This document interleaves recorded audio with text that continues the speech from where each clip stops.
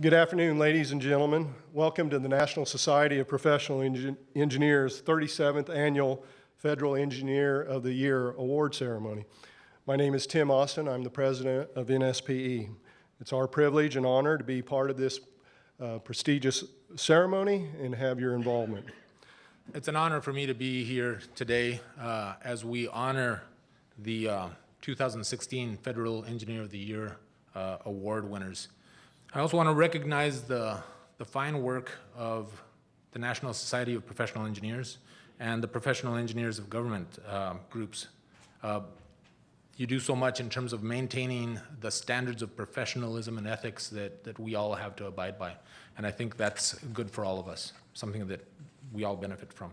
Exactly what is an engineer? Well, engineers apply science to tackling challenging problems that we have. And it might be somebody that designs or builds complicated products or structures or systems or machines, whatever the case might be. But it's things that make our life better. And there's certainly a whole slew of different disciplines within that broad category of engineering. You know, we have chemical engineers, biomedical engineers, nuclear engineers, hydraulic engineers, aerospace, environment, you name it. If there's a challenge to be had, we have engineers that work on these things. Let me tell you a little bit about how I started. As was mentioned, I studied in New Mexico. I studied petroleum engineering, and it's not because I knew what petroleum engineering was. Where I grew up, there was no oil and gas. I didn't know much about it, but I needed financial aid, so I started looking through the financial aid books, and oil companies were giving a lot of financial aid. And so I said, I'm going to be a petroleum engineer. Sure enough, I ended up getting a scholarship. And then I'm stuck, you know, I got to keep following it. Well, it turned out to be pretty darn interesting. And I got to work, I got to go work in Alaska, so that was great. But one thing that I was kind of, in retrospect, it was not that good a thing. There was such a demand for petroleum engineers when I got out of school that I was actually actively discouraged from getting licensed, from becoming a registered professional engineer. And so I went off and started earning money, and then eventually when I moved back to New Mexico and got a job in the public sector, this is a decade later, then I wanted to get an engineering job, and first question I got asked was, well, are you a licensed professional engineer? Nope. So they gave me some time, and I had to study like crazy, and you know, a decade later it was pretty tough, but thankfully I was able to get it done. And that was one of the good things that I did. I wish that I had done that right out of school. You know, I had an interesting experience a few months ago when I started this job. I had toured Hoover Dam before, but I wasn't in this position. They gave me the deluxe tour this time, and I was with a lot of other reclamation employees, and everybody, and myself included, that was walking along, we were watching and just seeing everything, and everybody was just wowed. Wow, the size of these generators is huge. Everything was huge and just amazing. And there was one guy that was with us, though. He was well, yeah, it's all right, but not all that impressed. And so I got a chance to talk to him, and it turned out he's the guy that ran Grand Coulee. So reclamation priorities today include ensuring water and power sustainability and reliability throughout the West, and making whatever progress we can in terms of environmental restoration, oftentimes working to kind of turn back some of the environmental degradation that was created by the structures that we built. As the largest wholesale water supplier in the nation, we deliver 30 million acre feet. Not all of you are water engineers, so I'll translate that to a more common unit. That's 10 trillion gallons of water to 31 million people around the West. For 113 years now, our engineers have helped us manage power and water to meet multiple needs and demands. Because of engineers such as Stacy and all of the other finalists, we can solve some of the most critical problems that our nation faces. Again, congratulations to all of the finalists and to all of you here today. Thank you for your years of dedication and your public service.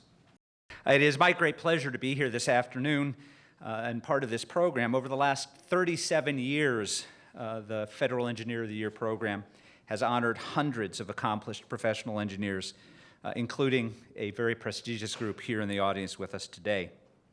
What all of you do every day is outstanding and worthy of prestigious recognition. And many of you being honored here today, all of you being honored here today, recognize that being a professional engineer means more than holding a certificate or possessing even basic or purely technical knowledge. It is a commitment to hold the public health, safety, and welfare paramount above all other considerations. Too often, because you do it so well and it so seldom fails, the importance of that commitment and that diligence goes unnoticed by the public at large. And this award ceremonies and other activities of the society are just a part of what we are trying to do to change that. This year we are recognizing 34 outstanding agency winners. Now we will present the 10 engineers among the agency winners who were chosen by our judging panel as NSPE's top 10 Federal Engineers of the Year. With that, on behalf of the National Society of Professional Engineers and Professional Engineers in Government, it gives me great pleasure to announce the 2016 Federal Engineer of the Year. Will you please join me on stage, Major Josh Aldred, Ph.D., PE, U.S. Air Force, a Civil Engineer Squadron.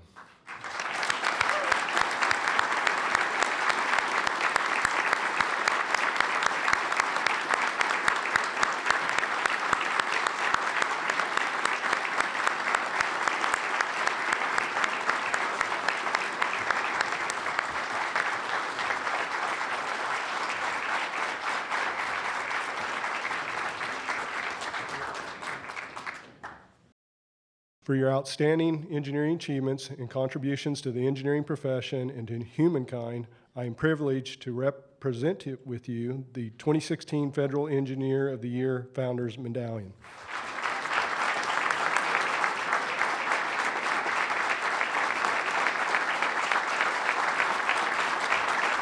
What does this award mean to you? It's amazing. I'm still actually in shock that I won the award, given the level of competition that was in this room and just the amazing people that were nominated for this award. So it's really an honor to me. Okay, great. Yeah.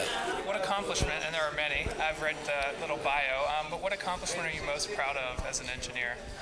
I would say the proudest accomplishment I've had as an Air Force engineer. During my second deployment to Iraq, we actually helped train Iraqi militiamen engineering skills and construction skills. Basically, they were fighting against us previously. We had helped turn the tides and were giving them training to basically rebuild their village. And so they took some of those skills and actually completed that work. So it was actually really rewarding. So. Awesome. And you're currently in South Korea, so I'm curious if working overseas in the area of political tension has taught you anything that you can apply to your work as an engineer, regardless of where you are in the world.